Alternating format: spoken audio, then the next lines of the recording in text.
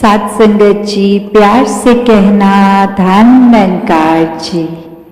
कैसे अपने जीवन में आप सब अगर आज सत्संग ये पलों में कुछ और भी कर रहे एक हो सकते थे,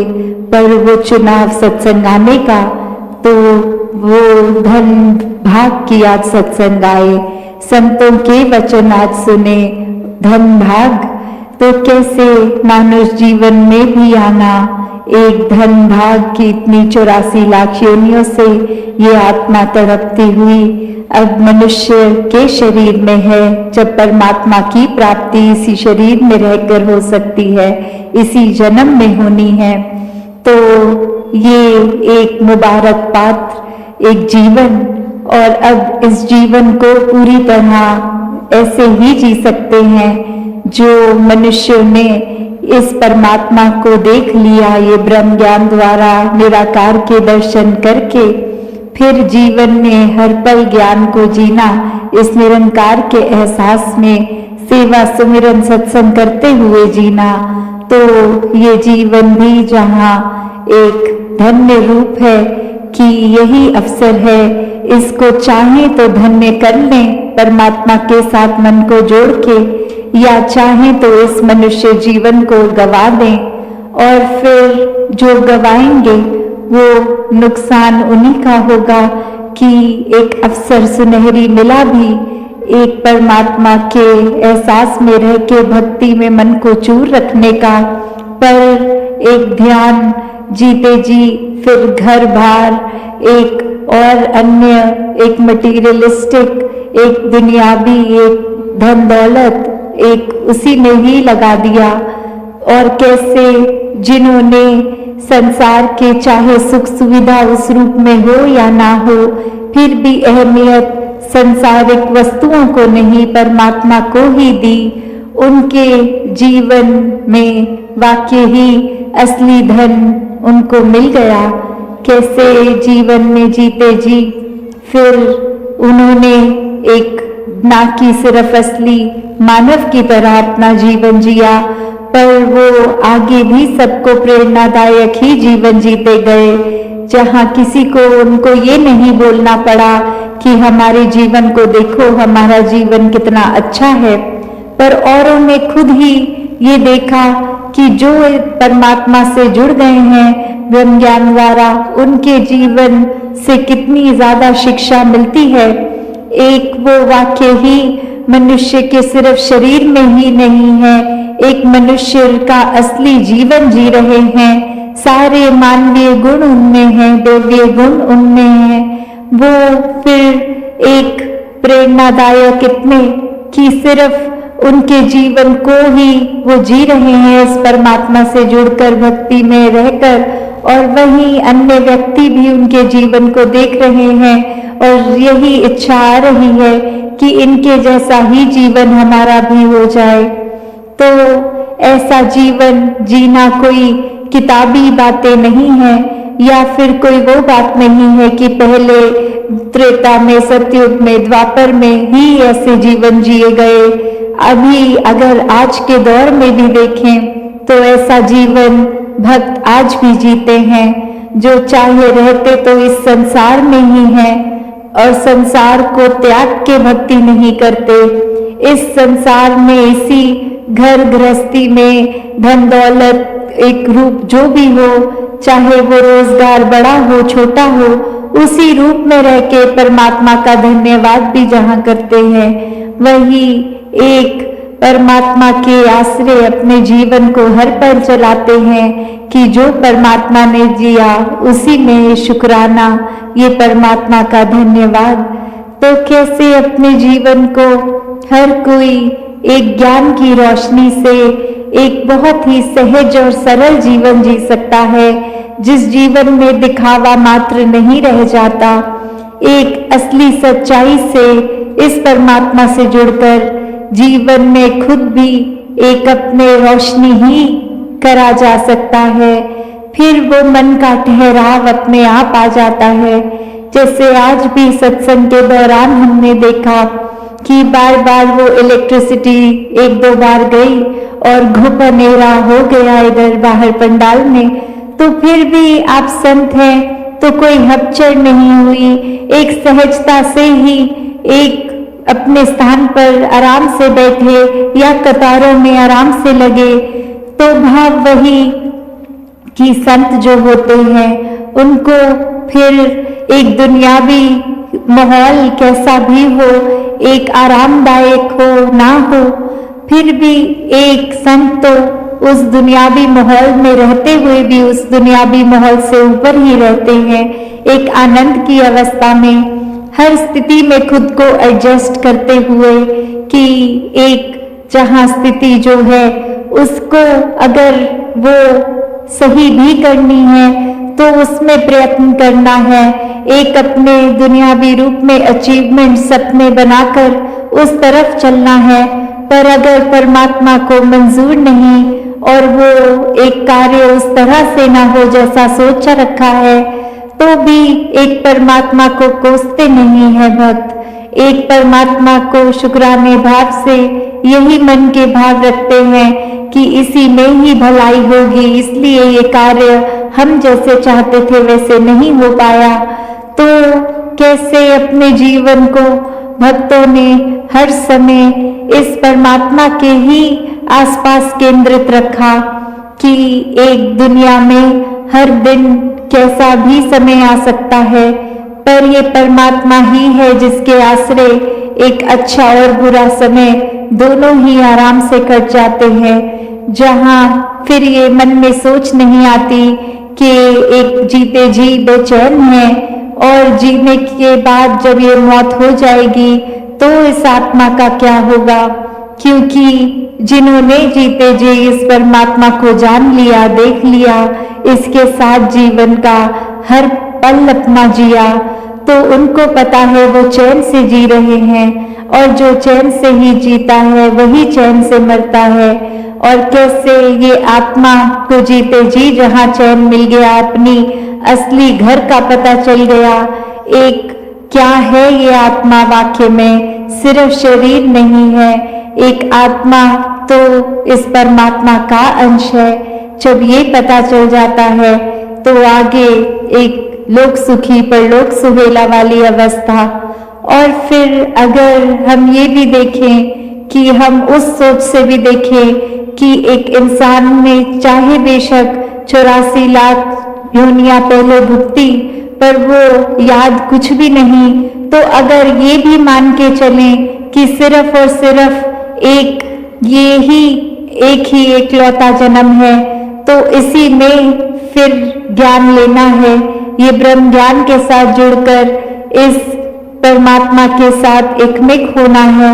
वरना तो बात वही कि अगर इस जीवन में आकर चाहे मान्यता वो नहीं कि पहले जन्म हुआ कि नहीं हुआ, पर इस जीवन को भी किस तरह सुखदाई जीना है। ये दुख कष्ट तो आते ही रहेंगे जीवन में, कैसे उनका प्रभाव उनका असर अपने ऊपर नहीं लेना, ये सब में भी ब्रह्म ज्ञान जहाँ वो सहयोग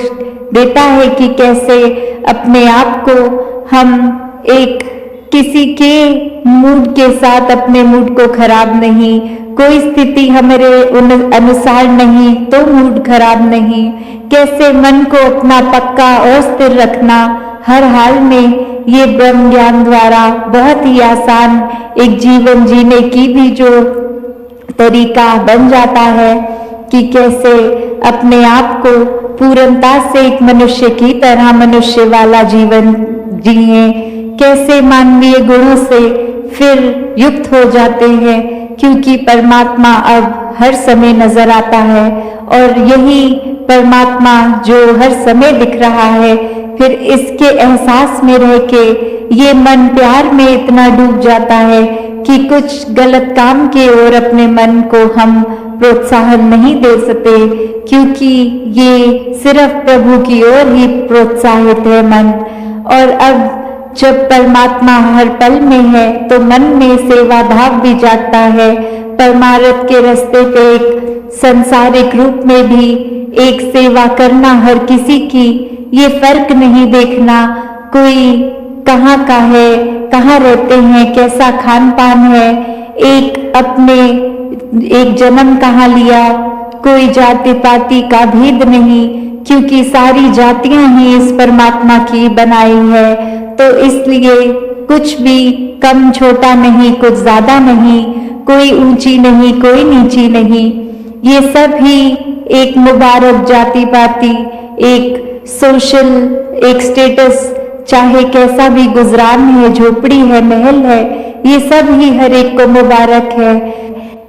तो कैसे एक जीवन मात्र गुजरान रूप ही जब इस संसार में आकर देखते हैं अपने गुजरान मात्र में ही रहना, खाना पीना, तो वो समझ आ जाता है कि इस परमात्मा ने तो क्षमता अनुसार जो जैसा भी हमको बनाया है उसका हम सबसे अच्छा इस्तेमाल कैसे कर सकते हैं। वरना तो बात वही कि जेब में अगर 1 रुपया हो या लाखों हो, अब उस 1 रुपया या 1 लाख को इस्तेमाल कैसे किया गया। जो संत होते हैं वो तो उसको भी अपने और समस्त पूरे संसार के भलाई के लिए ही उसका सदुपयोग करेंगे, और चाहे वो 1 रुपया या 1 लाख हो। और वहीं एक जो संतमति में नहीं है, जो अपने मन की मानकर अहंकार में रहते हैं, उनके हाथ में तो फिर चाहे 1 रुपया हो या अनगिनत पैसा, उन्होंने वो एक अच्छाई के लिए नहीं, उन्होंने नुकसानदायक काम करने हैं अपने लिए भी और संसार के लिए भी। इसलिए वो बात कि कैसे परमात्मा को जिस उम्र में भी अभी हम जी रहे हैं, चाहे बाल अवस्था है, युवा है, बुजुर्ग है, इसी समय ये परमात्मा के साथ अपना मन का नाता जोड़ लें, वरना तो जीवन में किसी भी पल खत्म हो जाना है। और जब ये परमात्मा ही नहीं देखा तो ये मनुष्य योनि एक खत्म हो गई, और इसका एक जो एकमात्र उद्देश्य था, क्योंकि बाकी काम तो और भी जीवन में किए जाते हैं। किसी भी योनि में देखें, कोई पक्षी को भी देख ले, वो जहाँ अपना घोंसला, अपना नेस्ट बनाते हैं, घर हो गया वो, बाकी खान पान भी होता है, कहीं किसी चीज से डर के भी उड़ जाते हैं। तो वही बात कि अगर सिर्फ खाने पीने, घर इत्यादि के लिए ही मनुष्य शरीर मिला था, तो फिर एक पक्षियों या किसी और भी योनियों से क्या फर्क हुआ। पर फिर भी ये एक हम ग्रंथों में, वेदों में पढ़ते हैं कि मनुष्य जीवन ही श्रेष्ठ जीवन है, और इसको फिर श्रेष्ठ क्या बनाता है? श्रेष्ठ यही कि इसी जीवन में परमात्मा देखा जा सकता है। तो ये सुनहरे पल हैं, इसको गंवाएं ना, इसको अपने जीवन में पूर्णता से जीते जाएं, और ये फिर अच्छाई भी अंदर सिर्फ कुछ पलों की नहीं होगी, एक अच्छाई हमेशा हमारे मन में रहेगी जब ये परमात्मा हमेशा के लिए मन में है। तो बात वही कि हम चाहे फिर किसी को भी मिलेंगे, मन में भाव नफरत का नहीं होगा, ये दिल नहीं सोचेगा कि उस व्यक्ति ने मेरे बारे में क्या धारणा बनाई है, वो व्यक्ति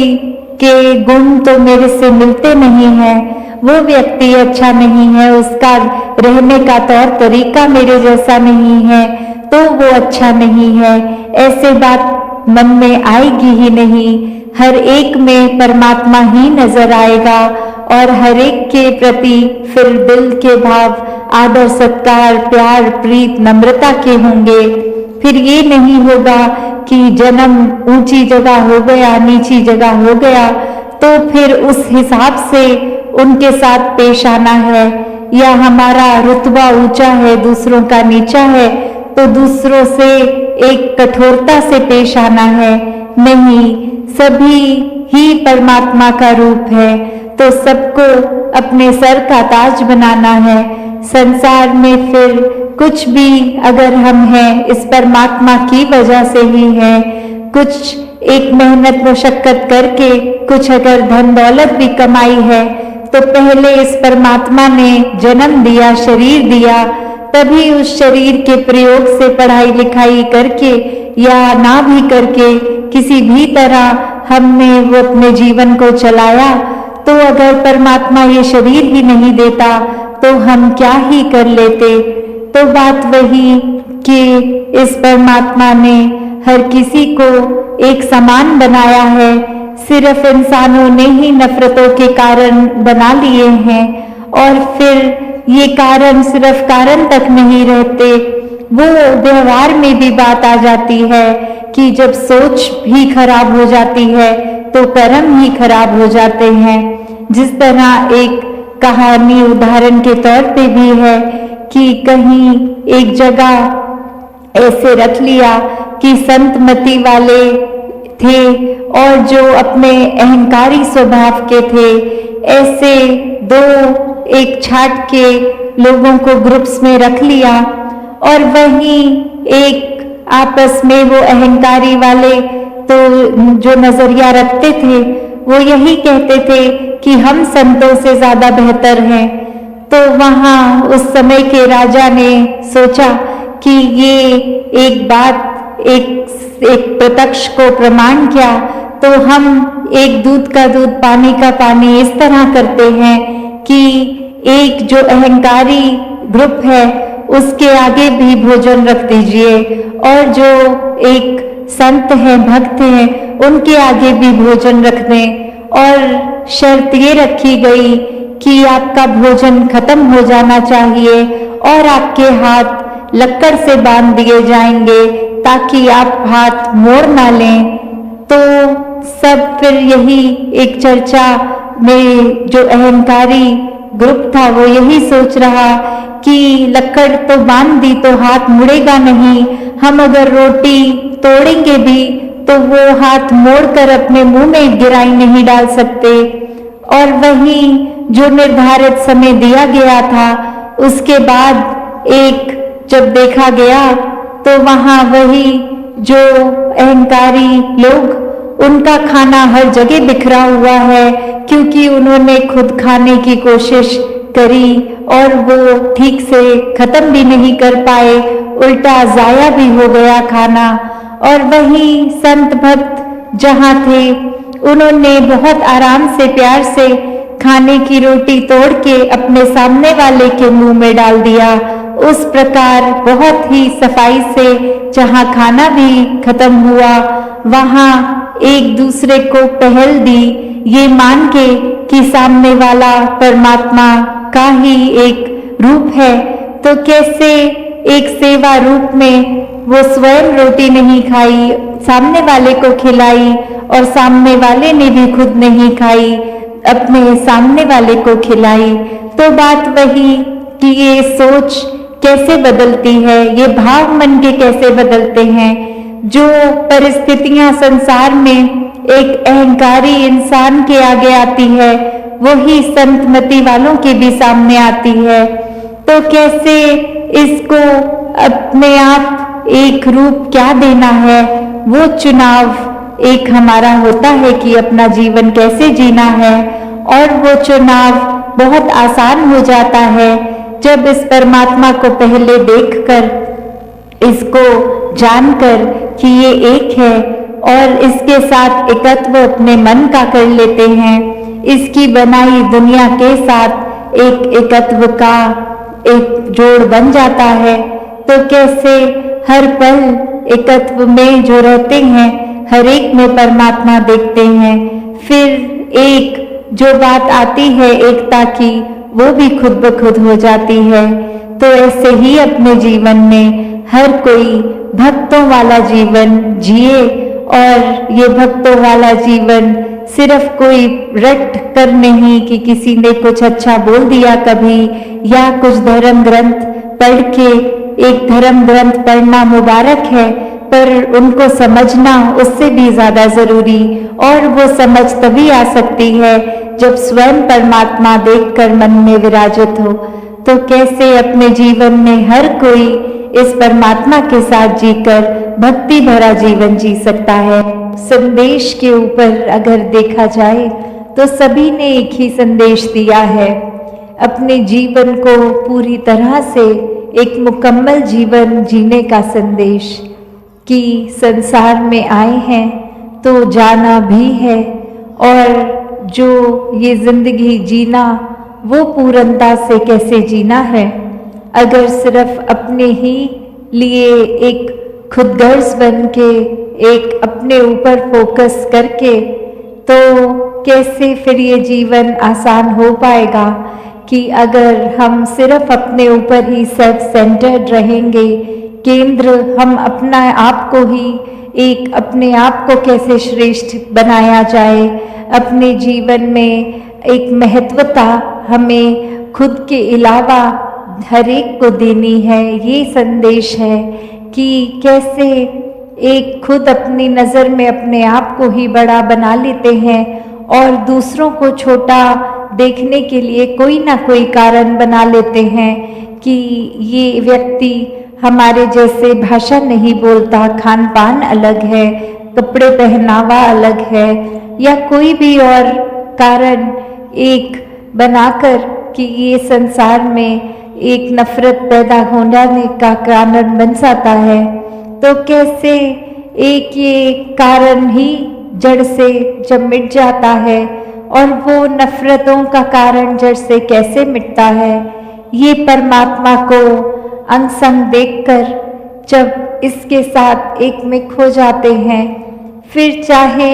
वो आस्था अपनी कोई भी धर्म किसी भी जगह पे हम विश्वास रखते हों, तो वो ही परमात्मा जो एक है और नाम चाहे उसके जो भी दिए गए, तो कैसे इस परमात्मा निराकार को पहले देखकर फिर दिल में बसाकर इससे जब प्यार हो जाता है तो हर एक से संसार से प्यार हो जाता है, एक एक व्यक्ति से हो जाता है। फिर वो चाहे घर का ही सदस्य हो या कोई जानकार या बिल्कुल ही कोई एक अजनबी, एक स्ट्रेंजर, उससे भी हमारा दिल उतना ही प्यार करेगा कि हर एक के लिए दिल ये भला मांगेगा। एक मन में इच्छा होगी कि सभी के जीवन में एक कठिनाई रूप एक उदासी का कारण ना बने कुछ। हर एक के लिए हम कैसे कंट्रीब्यूट कर सकते हैं, हम कैसे उपस्थित रह सकते हैं कि एक एक के जीवन में अगर हमारे वजह से कुछ अच्छा हो सके। तो बात वही जो भक्तों ने हमेशा से किया है कि एक अपना जीवन इस परमात्मा को जान के बहुत ही सुनहरा कर लिया है। परमात्मा को अनसंग देख के हर समय एक अपना मुख उज्ज्वला कर लिया है, ये रोशनी से जो हर समय एक ये लौ है, और इसने तो एक हर चीज़ को साफ साफ दिखाना है। जैसे अभी भी चाहे रात का समय है, बाहर तो अंधेरा है, पर इधर पंडाल में ये अगर लाइट्स हैं तो बिल्कुल ये रोशनी उतनी ही लग रही है जितनी सूर्य की किरण पड़ने पर लगती है। तो बात वही कि ये सब लाइटें तो चलो कुछ देर के लिए है, एक ऐसी सच्चाई की रोशनी जो हर समय एक जैसी रहने वाली है, जो समय के साथ नहीं बदलती, जो एक शारद के जो पास रहने वाली कि इतनी एक अपने अंदर भी बाहर भी बहुत ही करीब एक ये बात की एक ही है, चाहे वो परमात्मा नाम दे, कुछ भी नाम दे, कि कैसे ये वाहिद एक ही अल्लाह है। और यहाँ एक सिर्फ एक अपने भावों के ऊपर बात केंद्रित करें कि हमें अपने जीवन में जब ये परमात्मा को देखना है, पहले जो देखना इस मनुष्य जन्म में ही पॉसिबल है, तो अभी देखकर ही इसको इससे प्यार कर लें। एक जीवन में इसके ऊपर जब केंद्रित रहेंगे तो फिर हर चीज़, चाहे हम दिनचर्या में जो भी कर रहे हों, भोजन खा रहे हों, सो रहे हों, जागे हों, ये कुछ कार्य कर रहे हों, तो सभी कार्य करते हुए भी इस परमात्मा को दिल में अगर बसाया है तो ये निराकार से जहाँ प्यार करते हुए हर कार्य संभव हो जाता है बहुत आसानी से करना। वहीं अगर हम इसके विपरीत जाते हैं, परमात्मा को दिल से निकाल देते हैं, तो कुछ भी कार्य कर रहे होंगे, एक उसमें कुछ ना कुछ हमारा, चाहे वो थकावट का एक रीज़न बन जाएगा, या फिर एक हमारा ध्यान ही किसी एक बुरी चीज़ की ओर जाएगा जिससे मन में खटास भी होगी, एक हमारा चिड़चिड़ापन हो जाता है। तो कैसे हर समय आनंद की अवस्था में रहना, ये सिर्फ और सिर्फ परमात्मा के साथ जुड़कर ही हो सकता है, वरना दुनिया में तो हर चीज़ ने अलग अलग तरीके से चलना है और हर चीज़ हमारे मुताबिक नहीं हो सकती। तो फिर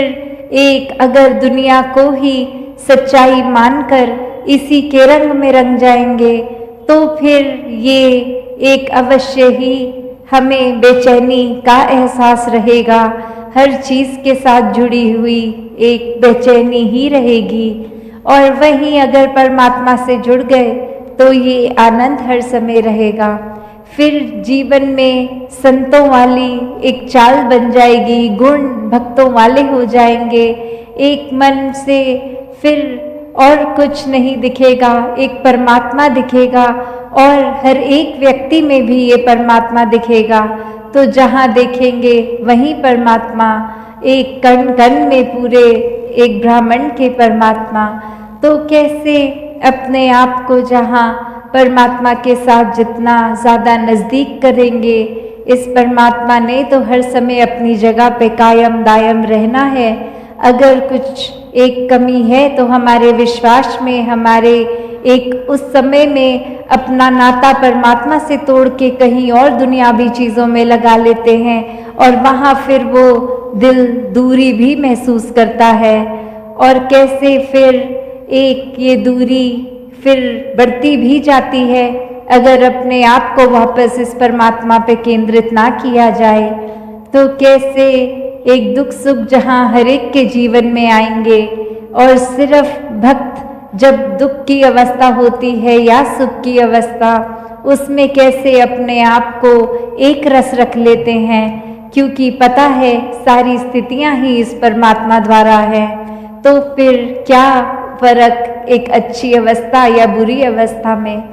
तो एक संसार में आए हैं तो अपना कर्म परिवार के प्रति, समाज के प्रति, अपने एक क्षेत्र, राज्य, गांव, कस्बा जहाँ पे भी हैं, तो कैसे वो जिम्मेवारियों का भी पालन करता है भक्त और अपने जीवन में अपने आप को जिम्मेवारियों से पीछा नहीं छुड़ाता, एक अपने आप को काट कर अपनी रिस्पॉन्सिबिलिटी से कहीं दूर नहीं जाता भक्त, पर इसी घर में रहकर, इसी समाज में रहकर वो भक्ति भी करता ही जाता है। कैसे हम हर एक में वो पोटेंशियल है